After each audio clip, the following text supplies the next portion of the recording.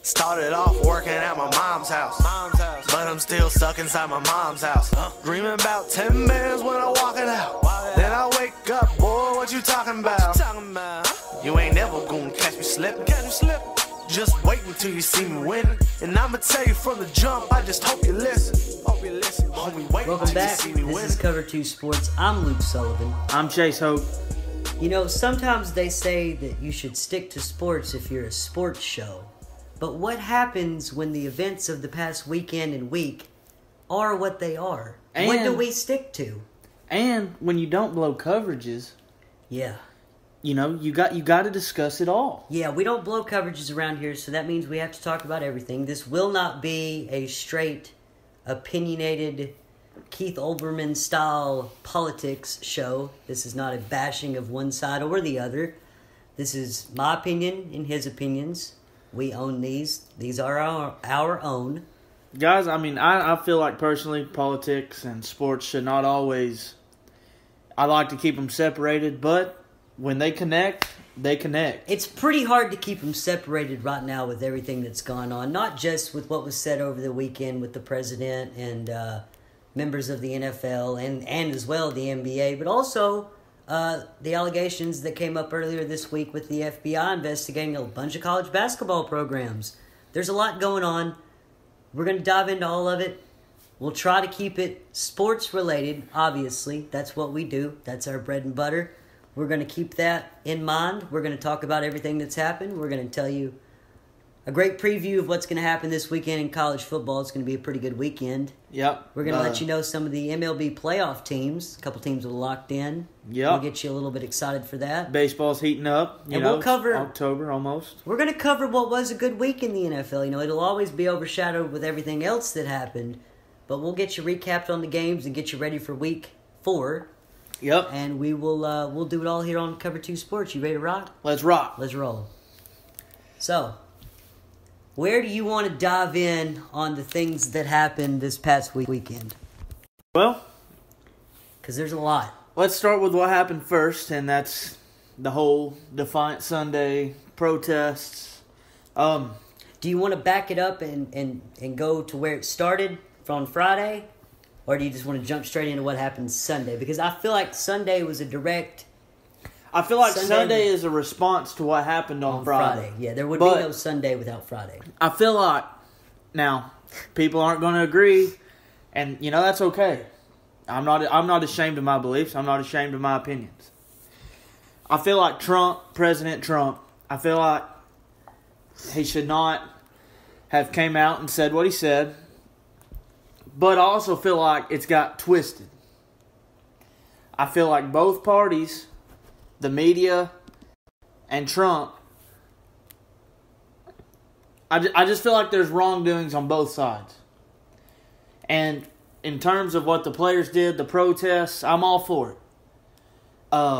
Because that is their right as Americans. It's right there in the First Amendment. The forefathers, the people who wrote the Declaration of Independence and then wrote the Bill of Rights, they thought, you know, hey, this better be the first thing we put down. So I feel like it's important that, first off, the NFL players have the right to protest. And it's better than other protests that we've seen, you know. They're not burning down Baltimore or Charlotte, you know. Yeah. I mean, it's peaceful. Now, is there a better way? I don't know, but they've said numerous times, and I believe them, they're not doing it to disrespect the troops or disrespect the flag. They're doing it for social injustices. And we were talking before, neither one of us know what it's like to grow up as a black man here in America. We don't, and we never will. Nope. And I am not blind. I'm not going to sit here and act like I'm blind and say I've never seen nothing different, you know. Yeah.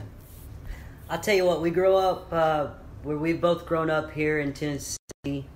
It's small towns in Tennessee at that. Small town Tennessee. Great state. Great people. Unbelievably great people.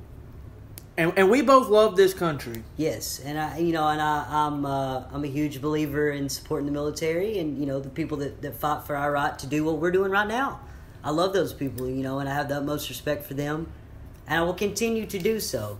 And I think that's, you know, and you're right. I think a lot of these things And it started out over a year ago. I think all this got twisted into a thing where people want it to be about the flag, and they want it to be about how people feel about the military and how they feel about our veterans and how they feel about the country.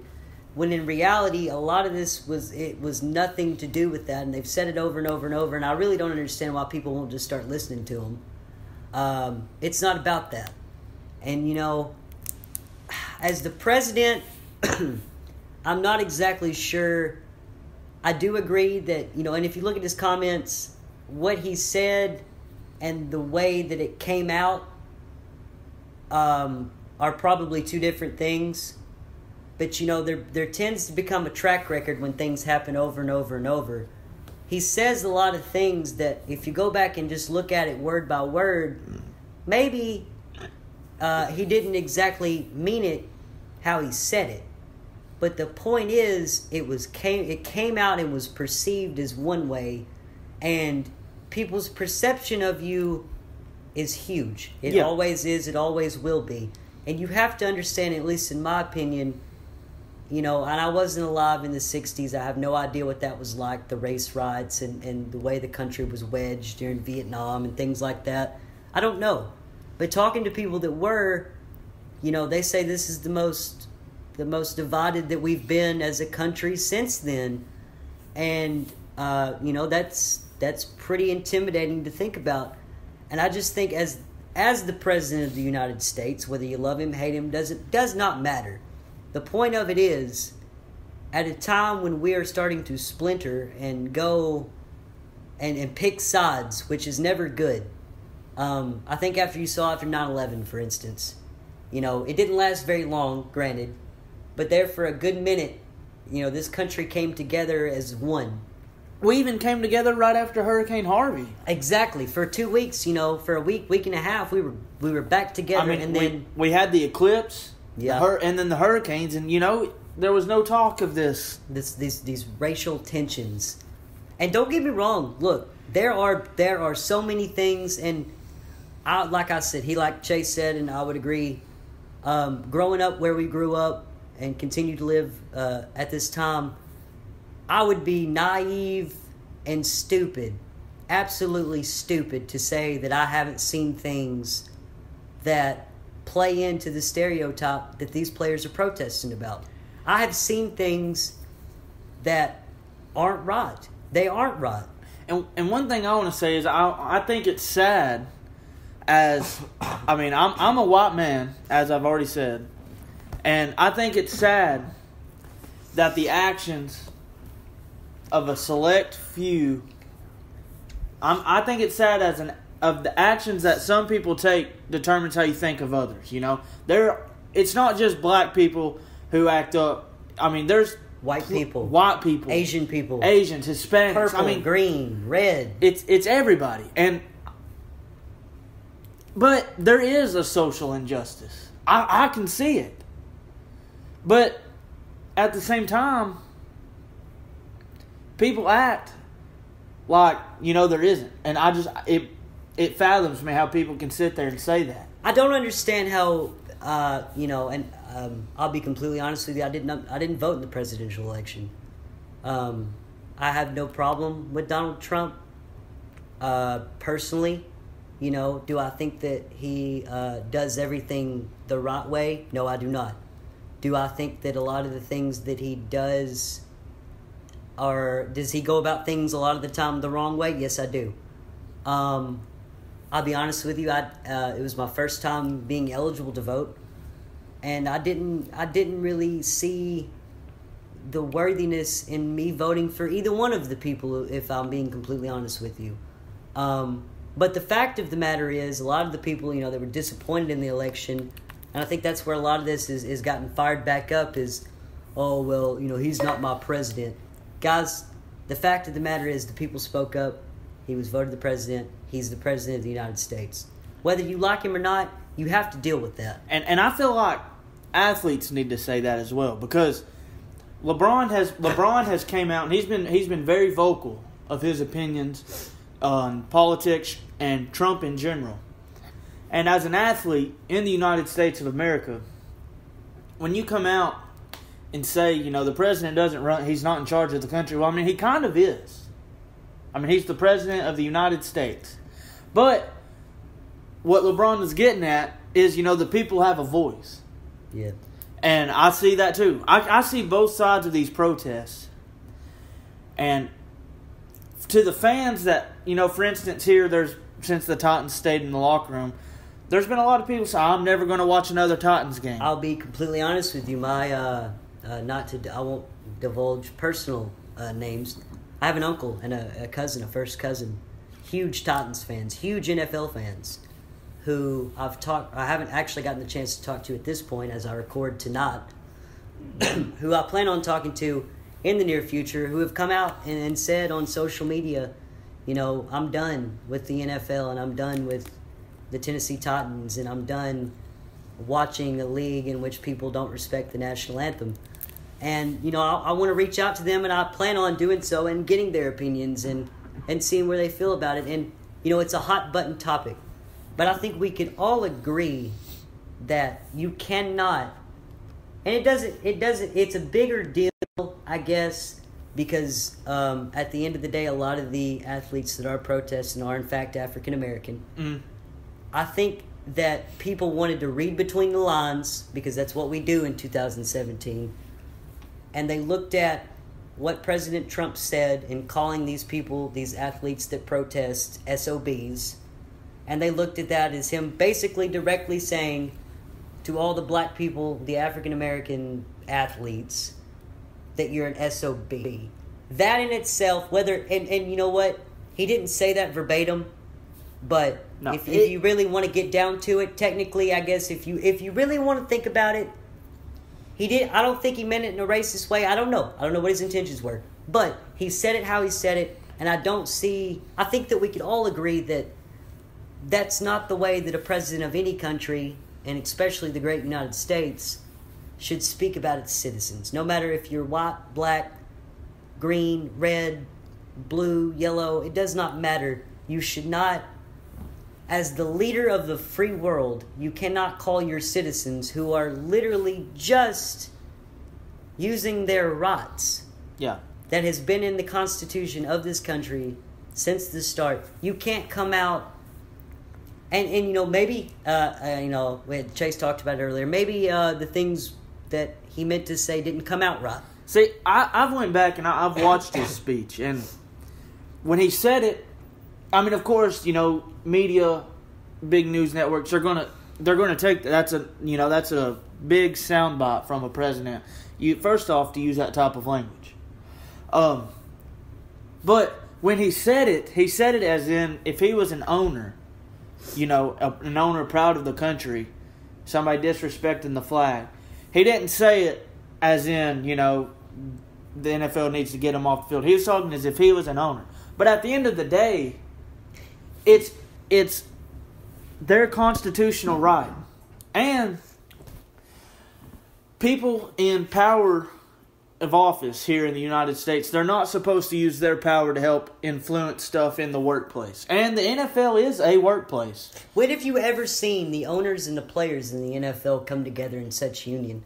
I honestly think it was nice. That was crazy to see. I mean, Jerry Jones made a huge statement. Robert Kraft. A lot of these guys. The Jaguars owner. Shad Khan.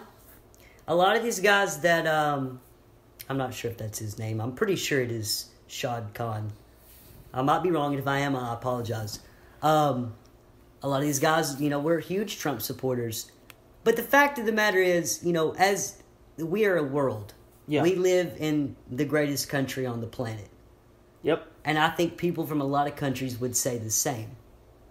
But you have to understand, other people, not everybody around the world has the liberties and the things to do, the freedoms that we have to be great. Exactly, because in Saudi Arabia, man, they've just passed a law to where women cannot drive unless it's a certain hour of the day, or if they're going to a certain church or home. That is unbelievable. We are really blessed, guys. We're blessed to live in this country, and I'm sure y'all are tired of hearing politics, but they're so intertwined right now. We have to cover it. I pride myself in covering everything that I possibly can. You know, I don't want to, and you know, my goal coming into this was not to tip my hat one way or another or whatever, and I think that's why I told you that I didn't vote. But at the end of the day, you know, my issue was you can't call and it didn't matter if they were athletes. It's a big, the reason we're talking about it is because it intersected into our world, and that's the sports world. But because we're one of the biggest sports people you'll ever meet. Ever.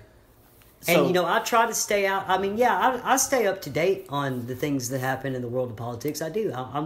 I try to be well informed. I would like to know what's going on in the world and in our country. But I typically don't speak out on it and share my views. And this is something that obviously intersected into my world. So I thought it would be, it would be unfair of me to not at least express my views. But to make my point,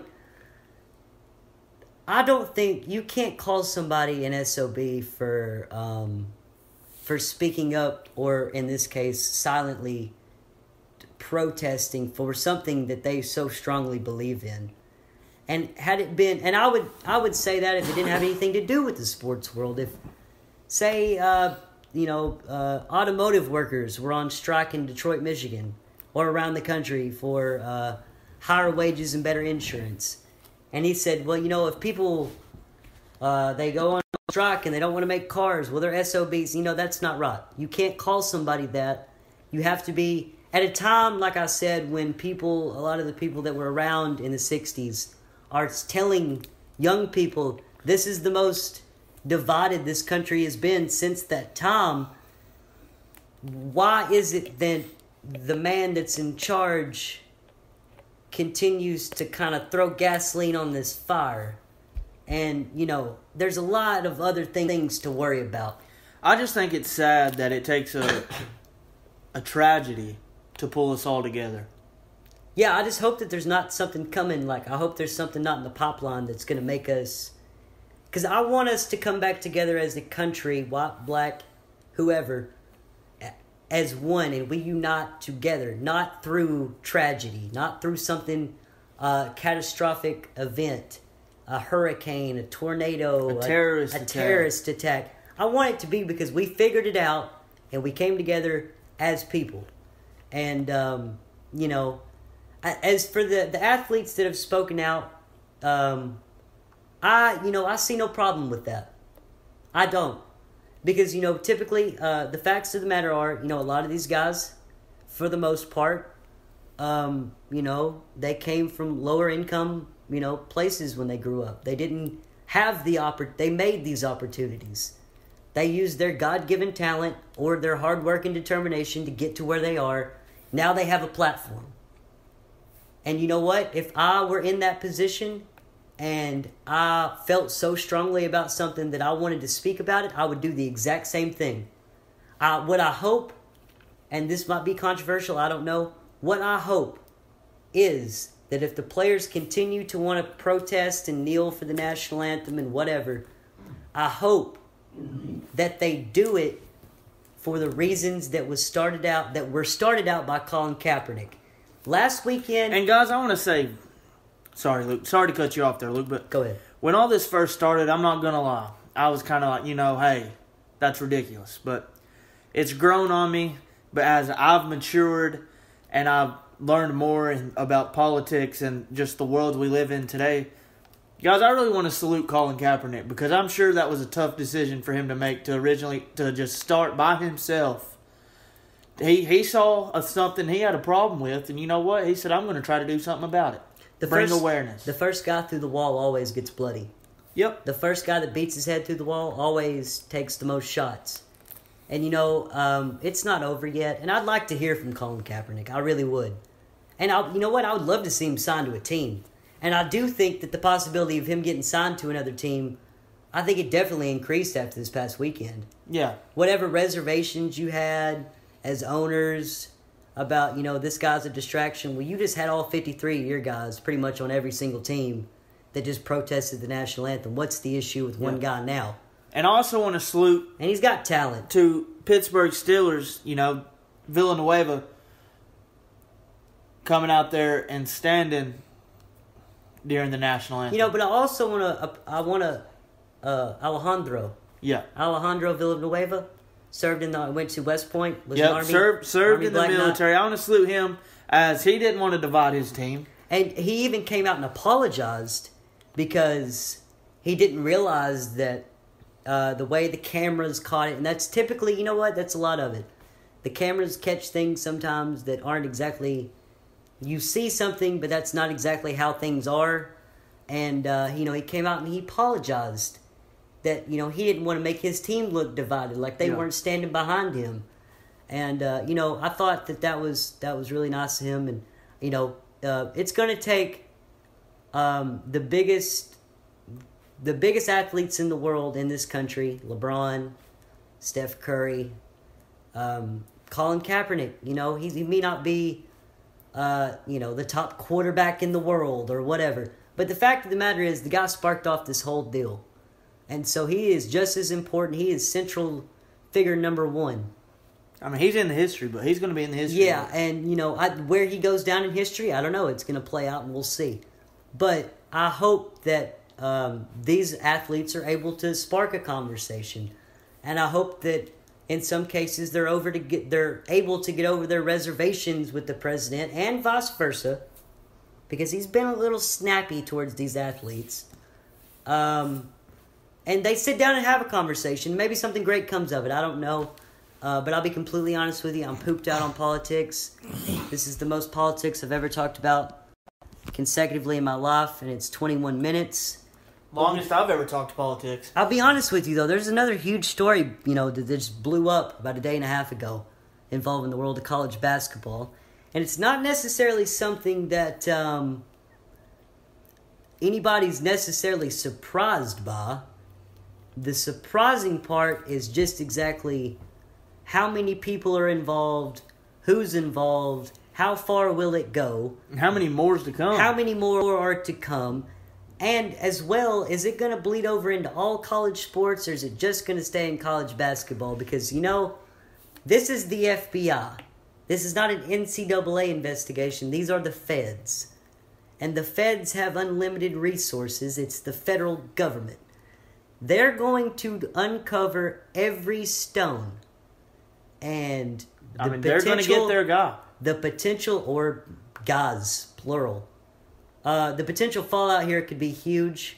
I'm going to let Chase give you the details, the small details about Louisville, and Rick Pitino, the Hall of Fame head coach, who is now out of a job.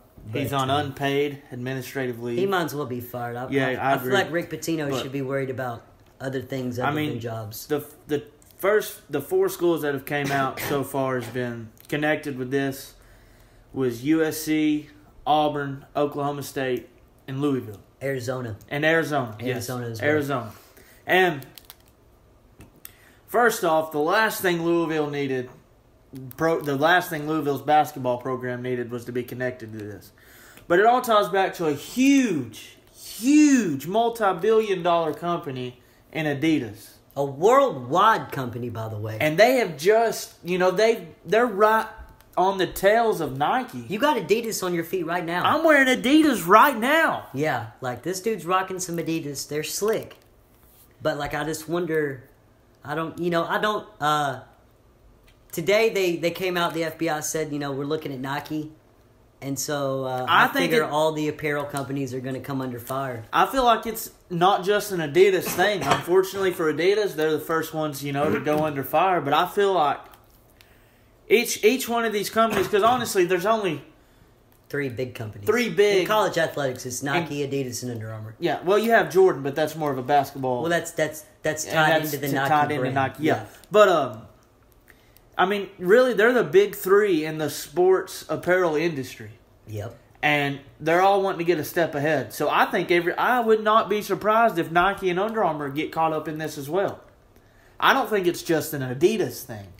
My question is, and I was so surprised when I found out, obviously, I read the headline, coaches, Adidas, FBI, arrests, extortion. I was like, whoa, what? It's typically not something that you see. in this world. But I'm not gonna lie. When the news broke, I was sitting in class. I checked my phone, looked at my buddy, and I said, "Holy crap, man! You got to read this alert." Yeah, it was one of those that you look at and you're like, kind of to get off for just a split second. It was kind of like last night. I got a notification on my phone that Hugh Hefner died, and I looked Rest at it. in peace to the legend. Rest in peace, Hugh, the Hef. I got a question. And this is totally off topic. Totally off topic. Okay. Yeah, but we need to lighten up the mood a little bit. Can they it's very say? tense in here. I mean, to me, it's kind of funny, but can they say Hugh Hefner's really in a better place? I mean, no, I truly, no, guys, I truly, I'm just not going to get into the religious side of it. But I just thought it was hilarious. It's gonna be hard to top what he had here. I mean, Playboy Mansion, come on now. It's gonna be hard to top what he had. But back to the FBI and college basketball. I don't. When the director of global marketing for Adidas, I mean, that's gets arrested. That's in this a big thing. position. And we act like, well, it's a huge deal because the FBI is involved in its investigation, and it's been an undercover sting deal for 3 years. This is going to be a huge PR problem for everybody. Adidas. And the NCAA, yeah. Adidas, the schools, the coaches. Well, the coaches, they got way more to worry about than their PR problems. Yeah. They better be hiring up some lawyers. They better hope they can get Johnny Cochran out of the grave, like you were saying earlier. Yes. If I'm Rick Pitino, I'm seeing if I can clone Johnny Cochran. I'm going to go ask his family if they have any DNA that I can clone. Because I just feel like they're going to come after, Pitino. I do. And it has nothing to do with his priors, in my mind. It's the fact, it's kind of like back to the Michael Vick thing when he went to prison for dogfighting. It's not necessarily that what he did, which it is wrong, and it is a crime in the letter of the law. But it's to set a message. It's to send a tone. Hey, we're not going to put up with this. We sent Michael Vick to prison for dogfighting. Yeah. Quit. I mean, Rick Pitino's a hell of a basketball coach. One of the best ever. There's no denying that. But I know we ain't looking at his priors, but if you look back and you see everything he's done, been accused of, comes across as a total scumbag. Well, the entire sport of college basketball is getting a terrible rap right now. Obviously, everybody's piling on Pitino. But to broaden the spectrum to college athletics, this is something that's been going on for a very, very long time. And I don't really, I guess they felt like the time was now to go after this and to charge these people and to do this undercover operation. But if you think about it, this has been going on for a very, very long time. The principle of paying players to come to schools, which is obviously wrong. But the fact of the matter is, college athletics is almost as big of a business as the NFL, the MLB, the NBA, the NHL, the MLS. They're huge. It's a huge deal. That's why ESPN spends billions of dollars on college football and basketball programming every year. It's why they worked so hard to get the college football playoffs started, because it's a huge money business, folks. Everybody knows this. The players know this. And everybody loves college athletics. They do, yeah. And the College World... think about it. ESPN has the College World Series, the playoff, not necessarily the national championship game. ABC's got that locked in CBS. No, the college football national championships on ESPN. Oh, it is now? Yeah. Okay, so I blew that one. I think the Rose Bowl's the only game these days that are still on ABC. But, it's a huge... College athletics is a huge money-making business, but it's also a shady business. And look, up until about 2 days ago, let's be completely honest, guys. The NCAA can investigate as many schools as they want, as long as they want. But the fact of the matter is, their track record is horrible. And nobody will ever say this out publicly. I would say that there's not a single high-profile coach in the country in college basketball or college football that is scared of an NCAA investigation. You know why? Because a lot of the times the NCAA ends up tripping over their own feet. And don't get me wrong, they've got a lot of schools. They have. But typically, most of the time, it's a lot of pomp and substance, and there's not a lot of findings, and they never get what they... Miami, the Hurricanes, they were the U. They were on investigation for how many years? And came out, and in that time, the school issued 2 or 3 self-imposed bowl bans. Uh-huh.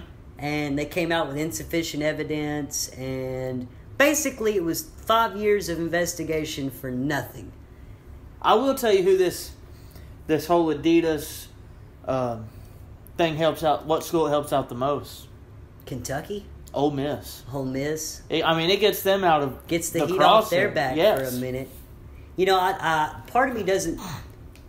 Part of me wants to believe that this is probably not going to end in college basketball because, as the FBI, they have these unlimited resources, and they've said, we're going to come after whoever we can find.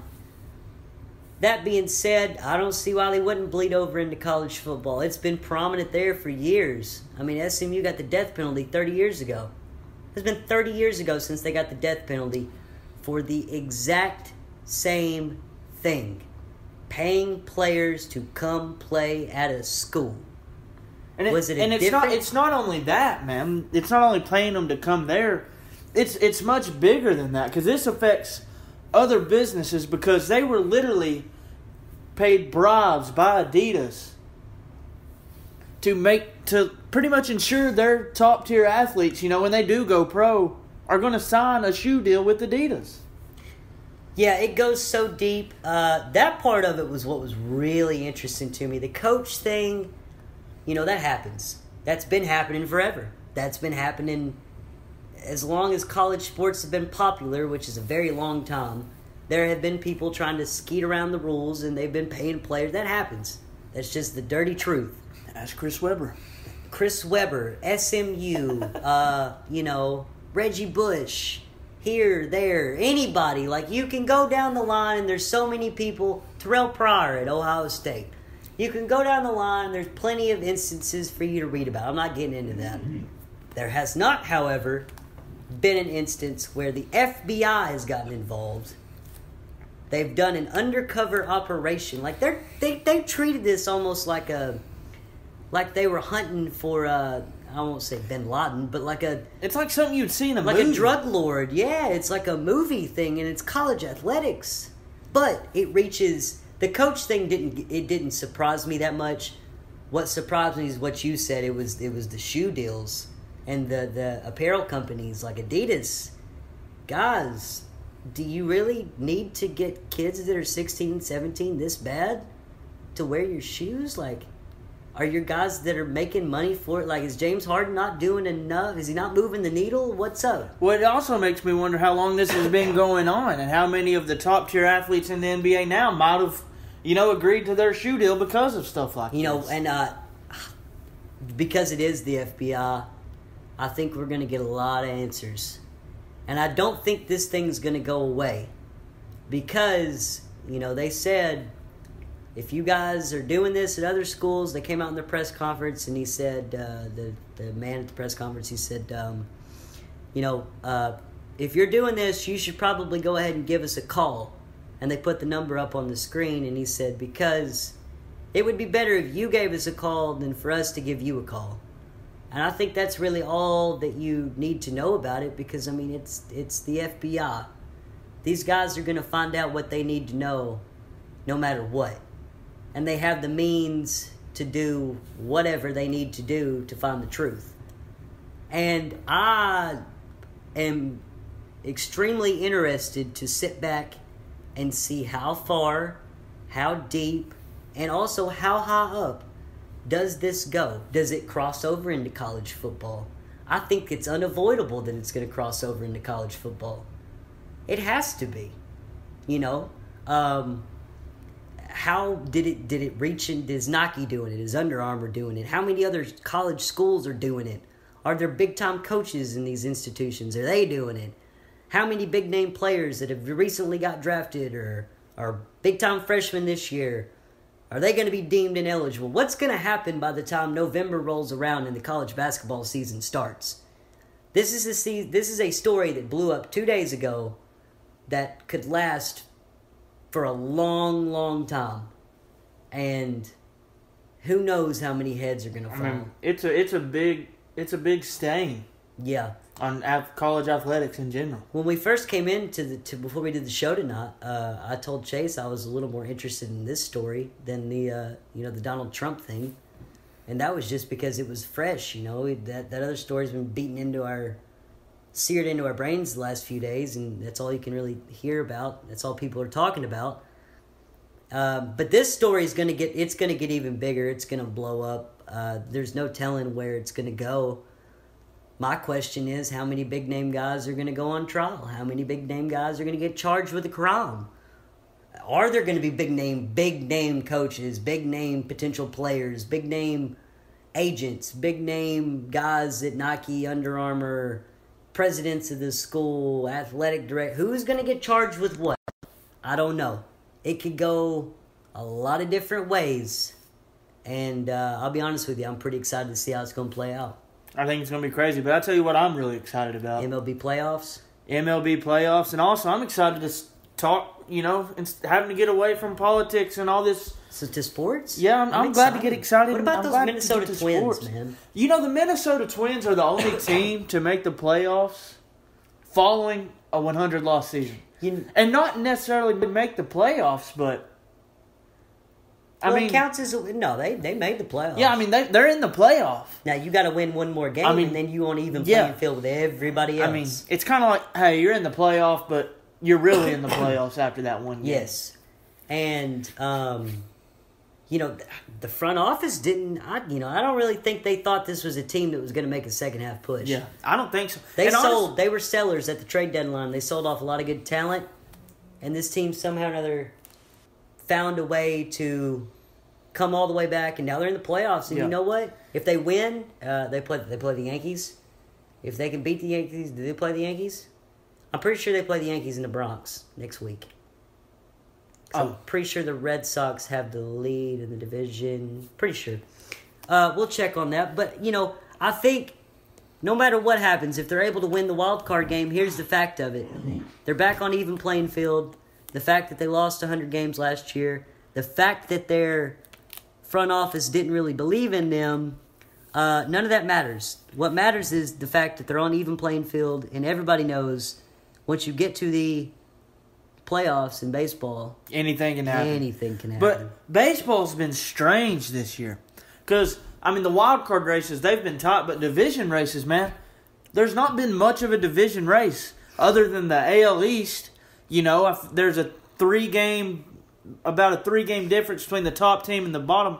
But then the next closest race was in the NL West, and it was 10 games. Other than that, it's 16, upwards 20s.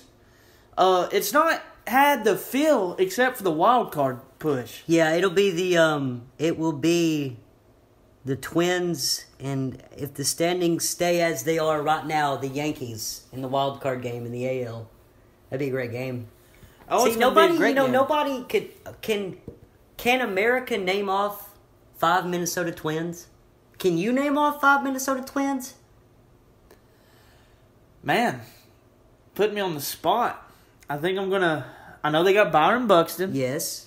They got Joe Mauer, Miguel Sano, PJ Dozier. Is his name PJ Dozier? Dozier. I know that's his last name. Yeah.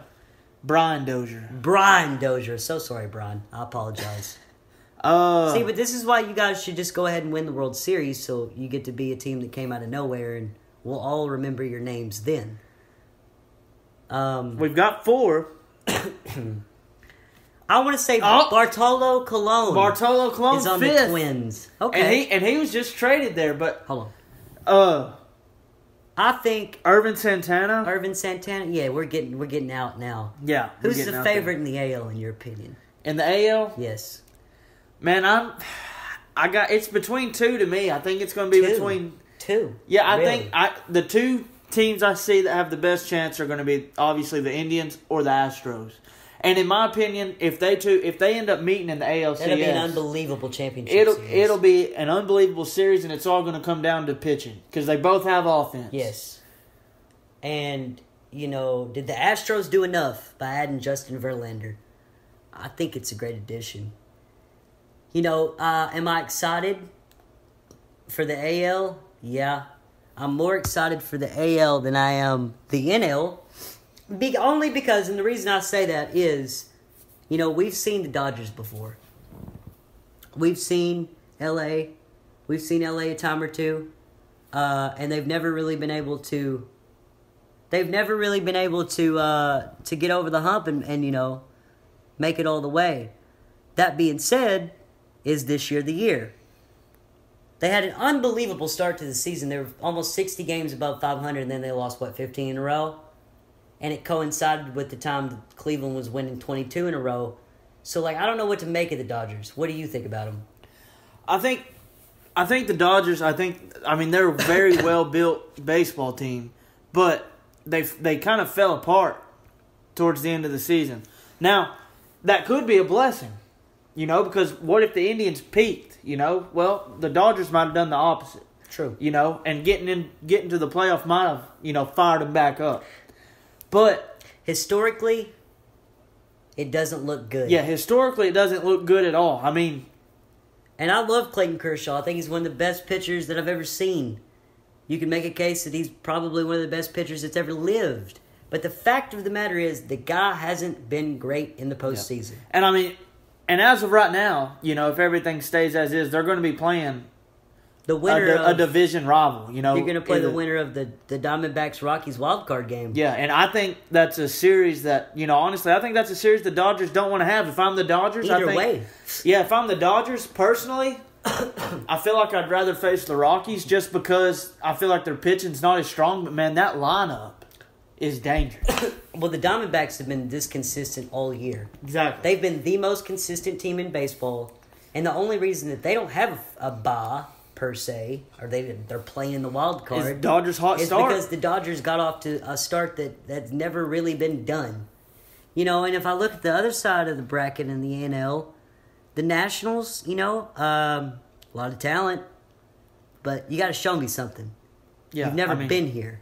You've been here, yeah, and nothing's happened. You flamed out in the AL or the NLDS. And I feel like, Bryce Harper, is he going to be able to make it back?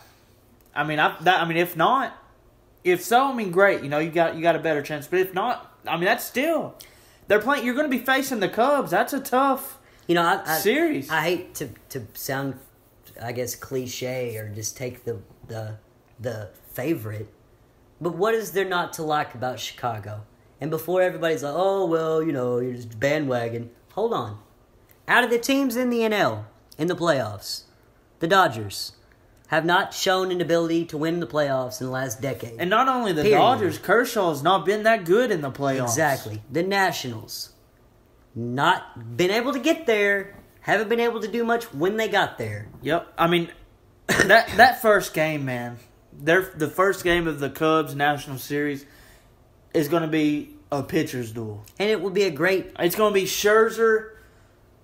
You're going to have Scherzer on the mound for the Nationals. They have to make sure they win that game. And then, the other team in the NL is obviously, and not to be punny, but it's a toss-up. It's a wild card.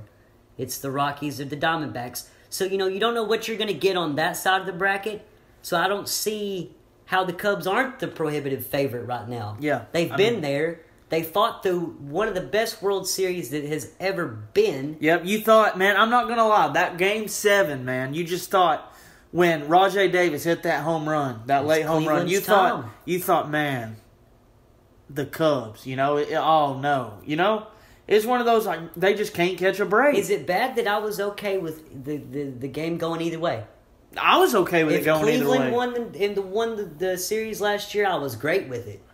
If the Cubs won the World Series, awesome. I got to see something that a lot of people never got to see. Exactly. You know what I'm really hoping for? I hope for a rematch. I want part 2. Because that's one of the best World Series I've ever seen. That's one of the best 7-game championship series in any sport ever. Ever. And, there is no game was bad. There's a huge possibility that we get that again. Yeah. That's what I'm hoping for. And honestly, I'm going to call it right now. If that happens, I feel like the Indians have the Cubs' number this year. Well, look, they were what, 2 outs away? They were I mean, out away last year. Yeah, but they didn't get it, man. They're Three different games. They're going to come into that game with a chip on their shoulder. They got to get there first. Yeah, Houston's tough. And plus, I mean, that first series they're going to be playing either the Yankees or the Twins, and I guarantee you they're not looking forward to either one of those matchups. No, because Aaron Judge, we gave him a lot of grief on this show for his summer slump. We'll see how he does in the he found his groove playoffs. Yeah, in he September. Does. He's come back to. But you can't do that. Like, if he's going to be a great hitter and he has all the tools and the intangibles to be great for the next 15 years in the league, in the bigs. But you can't have 3 months where you just disappear, dude. Yeah, I mean, that's going to have to be something that he gets corrected, because this is a great young Yankees nucleus. Yeah, I mean, granted he is a rookie, but your team can't afford that right now. No, and that young group of guys they got: Greg Bird, Gary Sanchez, Aaron Judge. Oh my God, I'm at a loss for words at this very second. Clint Frazier. Clint Frazier is the guy I'm looking for. Long-haired feller? Yep. Redhead? Yeah.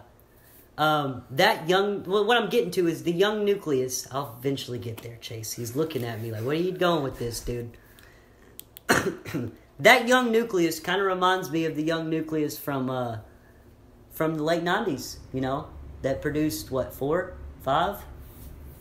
And if they build it the right way and you add some stars, because the Yankees are always going to get superstars, you might have Bryce Harper in a couple of years. You might have Mike Trout, maybe. I don't know. It's the Yankees. The fences are never too high for those guys. If they keep this group together, they could be exciting. And all I'm asking is, Aaron Judge, would you please be a little more consistent? I'm not even a Yankees fan. I just want to see him be consistent. Think about it like this, and the reason I say that is, if he was just as consistent as he was the first half and in the month of September, how many home runs would that dude have hit by now? Oh, a crazy amount. Crazy amount. Well, he's 7 behind Giancarlo? Yep, and he's a rookie. He broke the rookie record. He might have hit 65, 66 bombs. And who knows? The all-time record, whether you count it or not, because it was by Barry Bonds in the season, 73. Regardless if it's counted in the record books or not, in my opinion, it's still the record. I'm not sure he would have got there, but but he'd have got close. I think 65, 66 was definitely doable. But as a Yankees fan, I'm not a Yankees fan, but speaking as if I was a Yankees fan, I'm just hoping and praying come postseason time he doesn't perform like A-Rod. Oh, God. You have to be nervous about that. Oh, no doubt about it. You have to be. Getting back to the AL bracket, what do the Red Sox have? What do you like about the Red Sox? What do you think about them? Well, they have to prove it. I got to see a game in Fenway this season. Yeah, you got to see it live. First game ever. Saw a triple play. But from what I've seen all season, man, the Red Sox are a team that has a good mixture of young athletes and, experience. I like, they have Porcello. He hasn't been lights out this year like he was last year. They just need that pitching staff to be great in the postseason. I like the fact they have a good pitching staff. They have Sale, Porcello, David Price. But, man, I'm telling you, I'm anxious to see how Benintendi performs in the postseason as well. Those young guys, Mookie Betts, he had a great postseason. Xander Bogaerts, those guys are going to have to step up. It's going to have to be an all-hands-on-deck. And a lot of people bash on Hanley Ramirez just because stuff that's happened in his career. But, man, I find him so fun to watch. He comes across to me as an outgoing person. And he kind of reminds me, honestly, of Manny Ramirez kind of lot. I could see that. That's fun. Hopefully without some of the baggage. Without all the drama, Yeah, the baggage. Houston, I like Houston. They're playing for a lot more than just pride. They're playing for a whole city. Yep. And if they're able to channel all that emotion and that drive like they have so far since the hurricane. How about Verlander, man? Ever since Verlander's came over, he's been lights out. They're going to need that in the postseason. Well, like I said, if they can control everything that's going on, which, a lot of what's going on they can't control. But if they can control what they can, in fact, control, and also channel the energy and the vibes of a whole city, that needs something positive right now, that's as dangerous as a team as any. Yeah, I mean, think of they have the unbelievable Saints, man, talent. after Katrina. Exactly. It could be a story similar to that, but we've got one more topic to get to, and you know it's our favorite topic. Another weekend in college football coming up. My man Chase is over here wearing a Tennessee Volunteers Nike t-shirt. Go Vols, baby. As always, yeah, I don't know about it. You got Georgia this weekend. Yep, we got Georgia. What do you think? Butch has been critical of the Tennessee state media this week. Fake news. Fake news. Butch, you need to worry about beating teams. Yeah, buddy. I think Butch's biggest problem, man. I'm not going to say this game's a must-win for his career because, honestly, I just don't see Tennessee firing him if he loses to Georgia just because, they are the 7th-ranked team in the nation. I disagree. But, no, I'm telling you, if they lose, I don't see it happening. I don't think they'll fire him like next week. No. But I think that's another tally mark.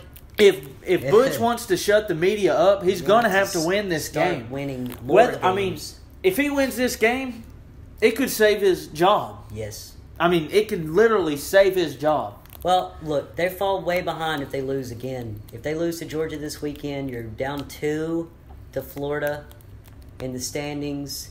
You got a game with Alabama coming up. This thing could snowball again exactly like it did last year. I'm not trying to be that typical Tennessee fan where they say, there's still a chance. What helps them out a lot, though, is the fact that Kentucky beat South Carolina and Georgia beat Kentucky and Alabama beat Vanderbilt. Yes. That's what helps them out a lot. But at the same time, they're going to need somebody to beat Georgia. But this only matters if Tennessee beats Georgia today or tomorrow, Saturday. Tennessee's going to have to take care of business. But, man, the SEC East is a very weird place right now. Tennessee has a lot to prove, not to me, but to the whole fan base. To the country. Because Butch Jones has lost. He had, for a while it was about 50-50, but I feel like it's down to maybe 5% of the fan base has his back. Yeah. And I'm not going to lie, guys, I've jumped off the Butch Jones wagon. I feel like we've reached his ceiling. He's done great things for the program. We were in dark places under Derek Dooley, and then we get Butch, and then we get back to the bowl games. But Tennessee being a historically great college football program, think of the 90s, all their wins, winning the national championship in 98. 7-8 win seasons are not going to cut it. Since when is that okay? Well, the problem with Butch is he this is going to sound kind of weird because obviously when you recruit the way that he did, it's never a bad thing. But he kind of set himself up for failure. Yeah. Because you get all these great recruiting classes and then you don't do anything with it. And it would be one thing if he was able to not capitalize on the SEC East when all the teams in the division were great. You look at the last 2 to 3 years, it's not like Florida's that great of a football team. No, they win the East and get killed. They have 10 players suspended. They win the East and get killed by Alabama like clockwork every single year. Georgia, last year they lost a lot of talent, a lot of injuries. They were a young team, brand new head coach. This year it seems like they've got it together, and that's dangerous. If you're a Tennessee fan, you better be worried about Georgia. They got Kirby Smart. He's down there. He's got his guys playing good. He already went to Notre Dame, and I'm not saying Notre Dame is great this year, but that's a tough place to play no matter who you are, especially for a young team that wants to build confidence. You get out of there with a 1-point win, huge. You killed Mississippi State last weekend, a week after Mississippi State got all the talkings from, they got hopped up from around the country for them putting the whipping on LSU that they did.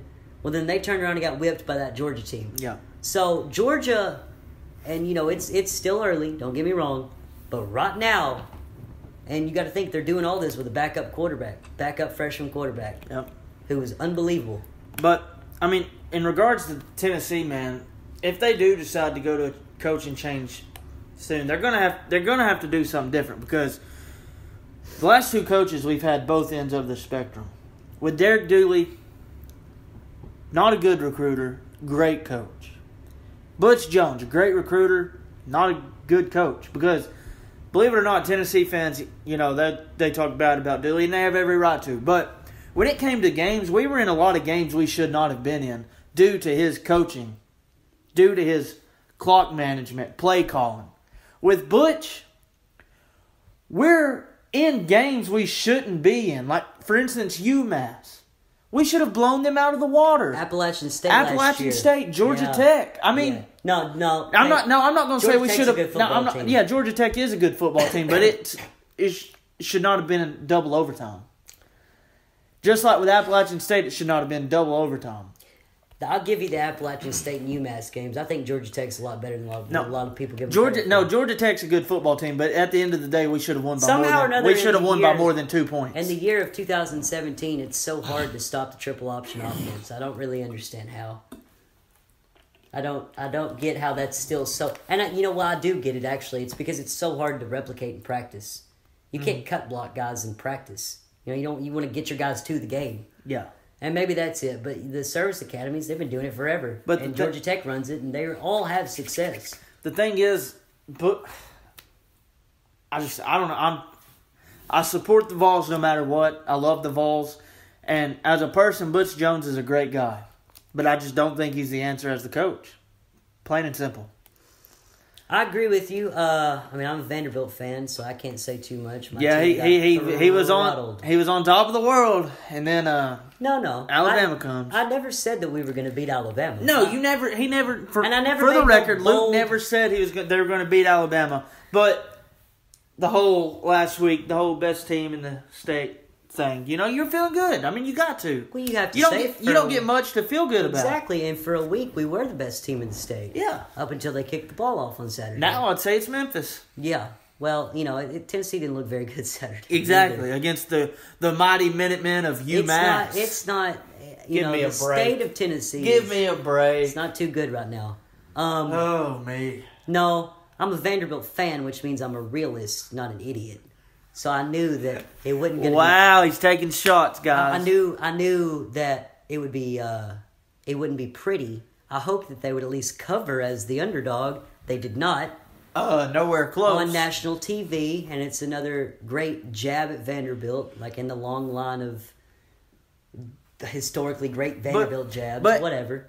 I thought it was going to be I didn't think Vanderbilt was going to win, but I thought it was going to be a decent football game. Well, I thought they'd at least score a touchdown, Yeah, I thought at least a field goal. Maybe pick off Jalen Hurts once or twice. I don't know. Maybe sack a him, field force goal. a fumble, stop a running back, any of them, all 6 that they have that they played. The backup quarterback, could you get him on the ground, guys, one time? That is a good defense. Vandy has a good defense. They were not ready for anything like Alabama, and thank God they don't have to play them again this year. Well, hey, I mean, best of luck to Tennessee. I mean, y'all aren't far in the East. I mean, yeah, best of luck to Tennessee. Have fun with that. Yeah, we'll see how it goes with Georgia. I'm just saying when you play Alabama, it's not going to be good. I mean, that defense is not very good. Well, we're about to see what y'all have to look forward to with Georgia as well. Yeah, well, Georgia's a good football team. Exactly. Georgia has all the makings of a team that can make a run. They really could. They have to beat Alabama. Okay, say they win the East. They got to beat Florida, obviously, in Jacksonville. They got to beat Tennessee this weekend. In Jacksonville? Yeah, the world's biggest cocktail party. Yeah. Yeah. Florida, Georgia, baby. Jacksonville. Hey, I know, it's in a weird place for that game, don't you think? Yeah. What city are you going to put the game in, though? Why not just have it in Gainesville and Athens, Well, it's been in Jackson. It's like historically always been in Jacksonville. I know, I'm just curious. Well, that's just one of those, you don't want to mess up tradition. Yeah. It's the world's largest cocktail party, man. We need to take this show on the road and go. I feel like that would be a fun weekend. Yeah. Especially if Georgia's still this good. Yeah. Florida's probably not going to be that good, but hey, whatever. They'll find ways to win games somehow. The 2 big games this weekend are USC and Washington State. They play tomorrow night. And then it's not a great weekend for college football, but there are a few good games. Although any weekend in college football is not a bad weekend per se. Clemson and Virginia Tech is the Saturday. Oh, that's going to be a good game. The Saturday night game. And, a lot of people, Clemson's looked good. They have. They took 3, almost the whole game to pull away from a bad Boston College team last weekend. I say bad. Boston College actually played really well. I give them credit. They fell apart in the last 8 minutes of the game, though. Got blown out. that makes me wonder how are they going to be in Lane Stadium? It's Virginia Tech at Knott. Okay? It hasn't been Virginia Tech at Knott for a while. Don't get me wrong. And Virginia Tech, I mean, they're a good football team. They're good that freshman quarterback, Josh Jackson, unbelievable. Justin Fuente came from Memphis. Yep. Good. Okay. Hell of a coach. Unbelievably great head coach. Gets his guys jacked up. He made Paxton Lynch a first-round draft pick, if that tells you anything. Paxton Lynch is back up to Brock Osweiler right now. I'm just saying. A first-round draft... Paxton Lynch is hurt. Well, yeah. But I get what you're saying. Would you have took him in the first round? Personally, no. Probably, but I mean... I might have. I don't know. I mean, I can understand why the Broncos did, you know. Yeah, point is, Justin Fuente is a heck of a coach. Yeah. And he's got them guys balling. And they had a good year last year for his first season down there, or over there. They beat Arkansas in their bowl game. I do believe they are undefeated to this point. They already beat West Virginia in D.C. on the Sunday night before Labor Day. I don't know, man. This thing has all the makings of an upset, I'll tell you what. This is a perfect trap game for Clemson. Yep. Everybody's like, oh, Clemson, you know, their main competition, Florida State, they're 0-2. They're out of the rankings. Louisville, they already beat Louisville. This is the game. This the game. You know, they can't come in feeling too confident. Well, this is a game where a team can catch you. You know, I'll just be honest with you. I don't really know how much of the ACC, other than Florida State and Louisville, coming into the season. Miami's good, but Miami hasn't shown me enough yet to say, okay, you know, these guys, they could be some next level. Like they're going to challenge the defending national champions. And as good as Clemson has looked this season, they haven't looked as good as they did last year, which obviously is going to happen.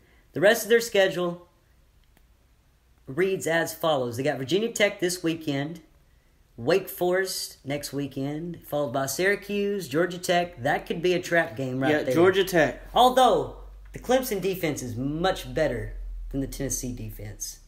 The Clemson defense is great. They got guys that can fly around. Yeah. Everywhere on the Tennessee, man, injuries are killing their defense. Yes. NC State, you got Florida State later on in the year. Florida State doesn't look that good. NC State could be a trap game as well. NC State's not a bad football team. They're really not. I don't know how much their win over Florida State told me though. No, I don't either because I mean I don't know. We'll find out. Is. There's a lot of football left. And they get Florida State the week after NC State, so that's a tough back to back. Yep. They follow that up with the Citadel. I'd be okay, whatever. That must be senior day. And then they play South Carolina at the end of the year. That'll be a good game. South Carolina's got some talent. Well, what hurts South Carolina is losing Deebo Samuel. Yeah, I believe in that quarterback though. I like Jake Bentley. Yeah, he's gonna have to show, but he's gonna have to adjust to not having his favorite target. He's gonna have to play like he did the first 2 weeks and not like he did last week. You do realize that guy should be a freshman in college, right?